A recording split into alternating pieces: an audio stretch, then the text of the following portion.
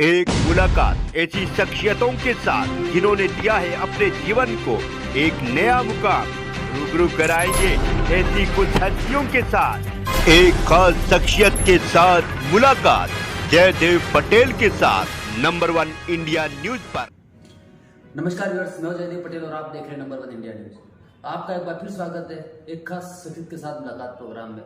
आज हम बात करेंगे 3 क्रिमिनल लॉ जिसमें बदलाव किया गया है, आईपीसी, सीआरपीसी और आईईसी, जिसको बदल करके अब भारतीय न्याय संहिता, भारतीय नागरिक सुरक्षा संहिता और भारतीय साक्ष्य संहिता के रूप में बदल दिया गया है, जिसका बिल लोकसभा में पास हो गया है और साथ ही बहुत जल्द राज्यसभा में पास हो जाएगा। ऐसे में इसके क्या कुछ मायने हैं और बिल के आ जाने से क्या कुछ इम्पैक्ट पड़ेगा, क्योंकि ये जो कानून है ये सब अंग्रेजों के जमाने से चले आ रहे कानून है। इन्हीं तमाम मुद्दों पर बात करने के लिए हमारे साथ खास मेहमान है इलाहाबाद हाईकोर्ट के पूर्व न्यायाधीश जस्टिस आदित्यनाथ मित्तल। जस्टिस मित्तल, आपका बहुत बहुत स्वागत आज हमारे प्रोग्राम में। थैंक यू जी जस्टिस मित्तल, आपसे मेरा पहला सवाल है कि 3 क्रिमिनल लॉ में जो बड़ा बदलाव किया गया है ये कितना खास है और क्यों? देखिए, 3 एक्ट हैं जिनको चेंज किया जा रहा है। पुराना है Indian penal code, code of criminal procedure और इंडियन एविडेंस है। मैं एक एक करके लूंगा जी। सबसे पहले इंडियन पीनल कोड, ये 1860 में इनेक्ट किया गया था लॉर्ड मैकाले की रिकमेंडेशन पर, और अब इसको पूरी तरीके से बदल करके नया कानून लोकसभा में पारित हो चुका है। बेसिकली 1860 में बहुत से ऐसे अपराध थे जिनको उस समय फोर्सी नहीं किया जा सकता था और उस समय अपराध वो अस्तित्व में हो भी नहीं सकते थे। जैसे चेन स्नैचिंग का मामला है। चेन स्नैचिंग उस समय नहीं हो सकती थी क्योंकि ना तो मोटरसाइकिल थी, ना बाइक थी और ना ही 4 व्हीलर्स थे। इसी तरीके से मॉब लिंचिंग जो है पिछले 10, 12, 15 साल से हमारे देश में प्रचलित हुआ है,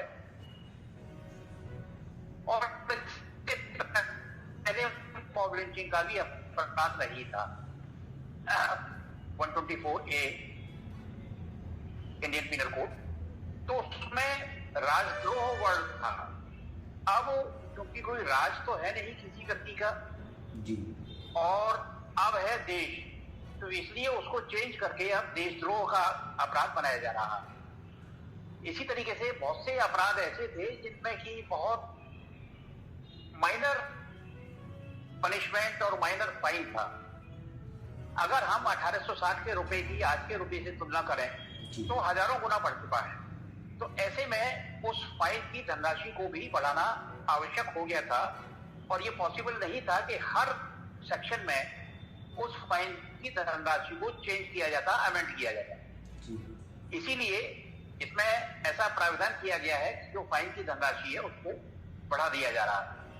इसके अलावा बहुत से अपराध ऐसे हैं जो हमारे समाज में अब बहुतायत में होने लगे हैं। जैसे बलात्कार है, तो बलात्कार 1860 में बहुत रेयर हुआ करता था, परंतु अब इसकी फ्रीक्वेंसी काफी बढ़ गई है।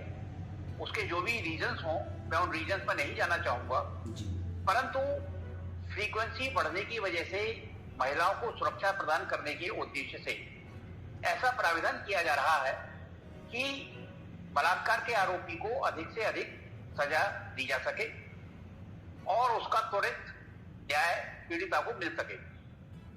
एक और महत्वपूर्ण बदलाव हो रहा है कि दंड प्रक्रिया संहिता में राज्य सरकार को किसी भी मुकदमे को वापस लेने का अधिकार है, क्योंकि राज्य सरकार ही वादी होती है।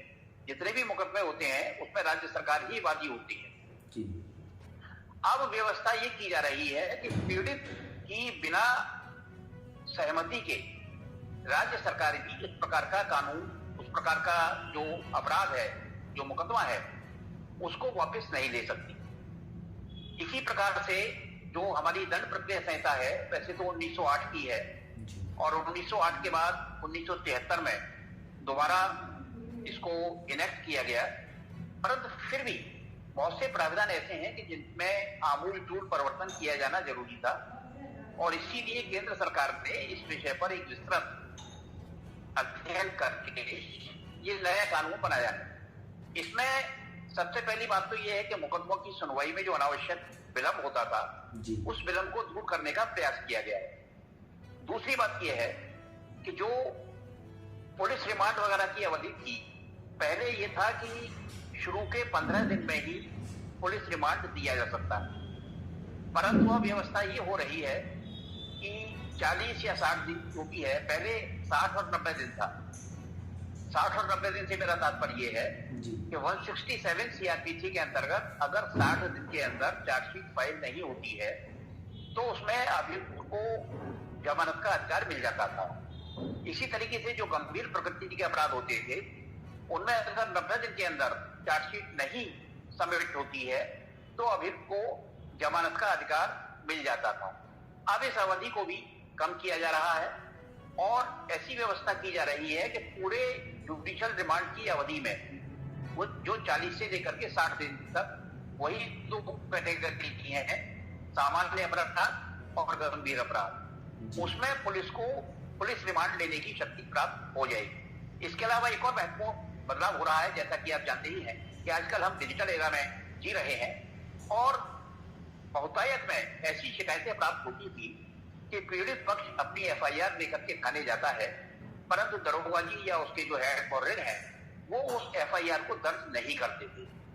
तो हालांकि सुप्रीम कोर्ट की रूलिंग्स हैं कि अगर कोई व्यक्ति ऑनलाइन भी एफआईआर दर्ज कराना चाहे तो वो एफआईआर दर्ज करा सकता था, परंतु अब कानून में ही ऐसी व्यवस्था की जा रही है कि अगर कोई व्यक्ति ईमेल से या ऑनलाइन अपनी एफआईआर भेजेगा तो उस एफआईआर को दर्ज करना पड़ेगा।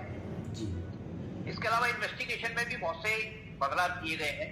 आजकल नई नई तकनीक पैदा हो गई हैं और नई तकनीक के चलते बहुत सी ऐसी स्थितियां हैं कि जिनमें मुकदमों की जो विवेचना में देरी लगती थी वो विवेचना की देरी को कम किया जा सके। इसी कड़ी में एक और महत्वपूर्ण प्रावधान ये है कि पुराने अधिनियम में ये व्यवस्था थी कि अगर कोई व्यक्ति भगोड़ा है यानी एब्सकॉन्डर है, अदालत में हाजिर नहीं हो रहा है, तो 298 सीआरपीसी के अंतर्गत एक तरफा एविडेंस लेकर के और एविडेंस को वहीं उसी स्टेज पर समाप्त करके फाइल रख दी जाती थी कि जब भी वो भगोड़ा पकड़ा जाएगा और अगर गवाह उस समय उपलब्ध होगा तो उसको क्रॉस एग्जामिनेशन का मौका दे दिया जाएगा और अगर उपलब्ध नहीं होगा तो उसको क्रॉस एग्जामिनेशन का मौका नहीं दिया जाएगा।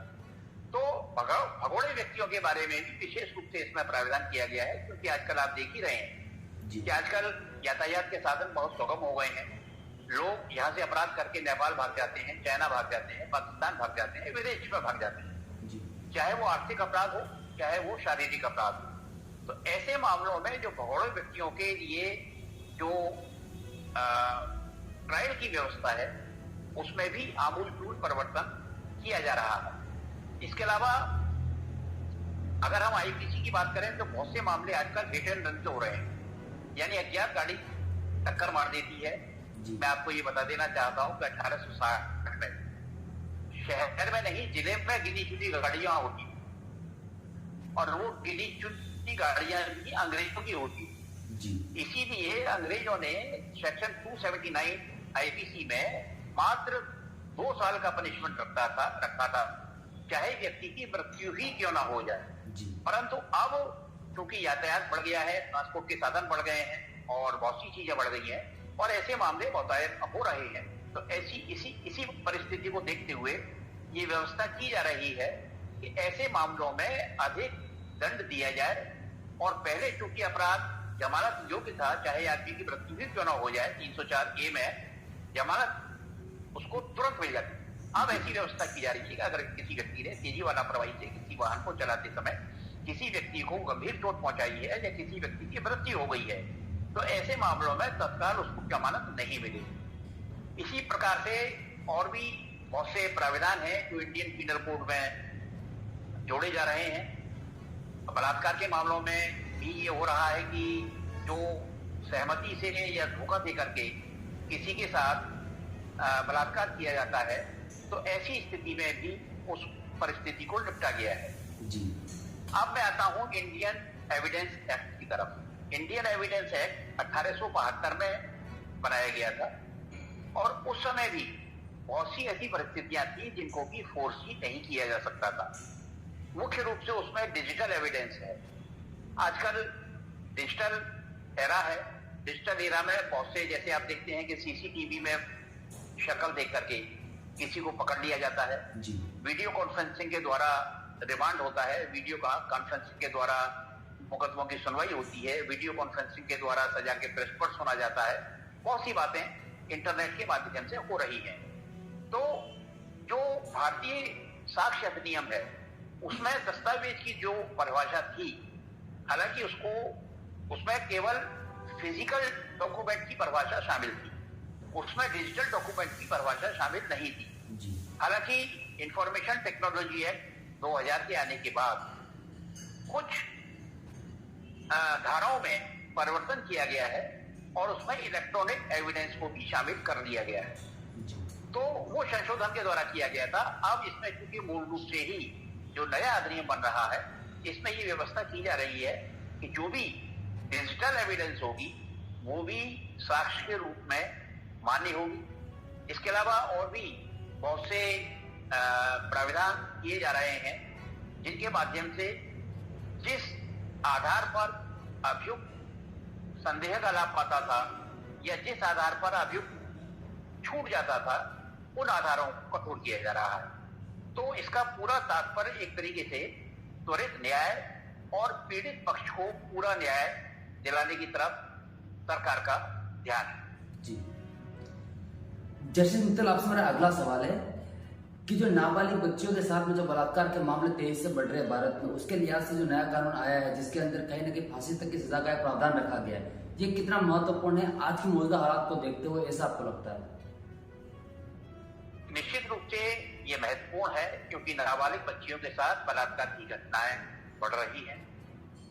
मैं इसके कारणों में नहीं जाना चाहूंगा, बहुत से कारण हैं, परंतु फिर भी किसी भी व्यक्ति को बलात्कार करने का कोई अधिकार नहीं है। तो अगर किसी भी नाबालिग बच्ची के साथ बहला फुसला करके, उसको लोभ दे करके, उसको प्रलोभन दे करके, यानी किसी प्रकार से उसको बहला डरा धमका करके अगर उसके साथ बलात्कार किया जाता है, आपने देखा ये हुआ कि बहुत से बलात्कार ऐसे होते हैं कि जिसमें पीड़िता की सहमति नहीं होती है। जैसे निर्भया कांड था, निर्भया कांड में ऐसा नहीं था। बहुत से और ऐसे मामले हैं कि जिसमें शादी का भरोसा दिला करके या नौकरी का भरोसा दिला करके या पदोन्नति का भरोसा दिला करके या अन्य किसी प्रकार से उसको मिसयूज करके बलात्कार किए जाते थे। तो इसमें क्योंकि सुप्रीम कोर्ट भी सख्त है और केंद्र सरकार ने भी इस मामले में फांसी तक की सजा दिए जाने का प्रावधान अब इस नए कानून के द्वारा किया जा रहा है। जी जस्टिस मित्तल, अगर हम मॉब लिंचिंग की बात करें तो ये एक ऐसा अपराध था जिसको देश के आजाद होने के बाद से अब तक इसको परिभाषित नहीं किया गया था, लेकिन पहली बार इसको परिभाषित किया गया और इसके अंदर मौत तक का एक कहीं न कहीं प्रावधान रखा गया सजा के रूप में। ये कितना एक अहम कदम मानते हैं आप? मैं आपकी जानकारी के लिए ये बता दूं कि मैं जब स्टेट लॉ कमीशन में चेयरमैन था, उस समय मैंने राज्य सरकार को मॉब लिंचिंग पर कानून बनाने के लिए अपनी पूरी रिपोर्ट प्रस्तुत की थी और उसमें यह निवेदन किया था राज्य सरकार से कि मॉब लिंचिंग पर अलग से कानून बनाया जाए, क्योंकि नोएडा में अखलाक का मामला हुआ था, जयपुर में भी कुछ मामले हुए थे, पूरे देश में इस प्रकार के मॉब लिंचिंग के मामले चल रहे थे। तो राज्य विधि आयोग ने मेरी अध्यक्षता में एक रिपोर्ट माननीय मुख्यमंत्री जी को सौंपी थी कि मॉब लिंचिंग को अलग से कानून बना दिया। माननीय मुख्यमंत्री जी ने, क्योंकि आप जानते हैं कि संविधान की 7वीं अनुसूची में जो लेजिस्लेटिव पावर्स हैं उनको परिभाषित कर दिया गया है, उनको राज्य में और केंद्र में बांट दिया गया है। क्योंकि Indian penal code union list का सब्जेक्ट था और है, तो इसलिए इसमें कानून बनाने की शक्ति केंद्र सरकार की थी। तो राज्य सरकार ने मेरी रिपोर्ट की संस्तुति पर ये संस्तुति केंद्र सरकार को भेजी है और केंद्र सरकार ने इसको एक्ट अपॉन करके, इसको अध्ययन करके मॉब लिंचिंग को एक नया कानून, नई धाराएं और नया अपराध बनाने की ओर इस दिशा में प्रयास किया जा रहा है। इसके अलावा एक बात और मैं आपको बता दूं कि चेन स्नैचिंग पर भी मैंने एक अलग से रिपोर्ट दी थी कि जो चेन स्नैचिंग का अपराध है वो ना तो चोरी में पूरी तरह आच्छादित होता है, न डकैती में पूरी तरह आच्छादित होता है। रॉबरी, डकैती, एक्सटॉर्शन, इनमें कहीं भी आच्छादित नहीं होता है। और धारा 356 आईपीसी के अंतर्गत उसको एक सामान्य अपराध मान करके उसकी विवेचना की जाती थी और उसमें चार्जशीट फाइल की जाती थी। तो चेन स्नैचिंग को भी मैंने इसमें जो प्रॉपर्टी है, प्रॉपर्टी की डेफिनेशन जो हमारी 414 आईपीसी में दी हुई है, इसके अलावा रिकवरी ऑफ प्रॉपर्टी जो धारा 411 और 412 में दी हुई है, उसको संशोधित करके उसमें जो संपत्ति चेन स्नैचिंग के द्वारा लूटी गई है, उस संपत्ति को भी उसमें उस परिभाषा में शामिल करने की संस्तुति की थी। और इसके अलावा 379A और 379B दो अलग से अपराध बनाए जाने की संस्तुति की थी। 379A में अगर मान लीजिए जिस व्यक्ति से चेन स्नैचिंग, मोबाइल स्नैचिंग या और कोई लूटपाट की गई है और उसको अगर कोई गंभीर चोट नहीं आई है तो उसमें सजा का प्रावधान दूसरा था। और अगर मान लीजिए चेन स्नैचिंग के दौरान किसी व्यक्ति को या महिला को गंभीर चोट आ गई है तो उसमें सजा का प्रावधान दूसरा था। दो अलग से सेक्शंस 379A और 379B जोड़ने के लिए राज्य विधि आयोग ने इस बारे में संस्तुति की थी। और ये प्रसन्नता का विषय है कि केंद्र सरकार, ये संस्तुति भी केंद्र सरकार के गृह मंत्रालय को भेजी गई माननीय मुख्यमंत्री जी द्वारा। तो ये प्रसन्नता का विषय है कि केंद्र सरकार ने भी इस विषय को गंभीरता से लेते हुए इस नए अपराध को, चेन स्नैचिंग को भी जो वर्तमान प्रारूप है उसमें सम्मिलित किया है। जस्टिस मित्तल, आपसे मेरा एक आखिरी सवाल है कि अक्सर हम देखते हैं कि किसी भी राज्य कार्य में अगर कोई बाधा डालने की कोशिश करता है या फिर राज्य सरकारें अलग अलग तरह से अपने जो एक पावर होता है उसका मिसयूज करते हुए लोगों के ऊपर राजद्रोह का एक आरोप लगा करके उनको कहीं न कहीं अंदर बंद करवाने का काम करते थे कानूनी रूप से। इस पर कहीं ना कहीं अब राजद्रोह कानून को बदलकर देशद्रोह जो किया जा रहा है उसमें बदलाव आएगा और इसके वजह सरकार की क्या कुछ मंशा आप देखते हैं? देखिए, आपने दो विषय एक साथ सम्मिलित कर दिए। राजद्रोह और देशद्रोह अलग अपराध है और सरकारी कार्य में बाधा पहुंचाना धारा 353 वर्तमान आईपीसी में इसको परिभाषित किया गया है कि अगर किसी शासकीय अधिकारी या कर्मचारी के किसी भी शासकीय कार्य में अगर कोई बाधा पहुंचाई जाती है या उसके ऊपर हिंसा की जाती है तो धारा 353 में उसको परिभाषित किया गया है और वो दंडनीय है। जहां तक राजद्रोह या देशद्रोह का मामला है, जैसा कि मैंने आपको शुरू में ही बताया कि सेक्शन 124A सेडिशन में राजद्रोह परिभाषित किया गया है। माननीय सर्वोच्च न्यायालय ने यह संस्तुति की है कि अब इस सेक्शन का कोई औचित्य नहीं रह गया है क्योंकि राजशाही नहीं है, अब हमारे देश में लोकतंत्र है। तो इसीलिए लोकतंत्र की व्यवस्थाओं को देखते हुए इस राजद्रोह शब्द को हटा करके देशद्रोह कर दिया गया है। अगर कोई व्यक्ति देश विरोधी गतिविधियों में लिप्त है, देश के विरोध में कोई काम करता है, देश के विरोध में कोई कृत्य करता है या कोई ऐसा षड्यंत्र करता है या आतंक करता है या आतंक फैलाता है तो उसमें देशद्रोह के अंतर्गत कड़ी सजा का प्रावधान किया गया है। और मैं समझता हूं कि इससे देश विरोधी गतिविधियों में काफी हद तक अंकुश लगाने में कामयाबी मिलेगी। जी, जस्टिस मित्तल, आपने हमारे लिए समय निकाला, उसके लिए आपका बहुत बहुत धन्यवाद।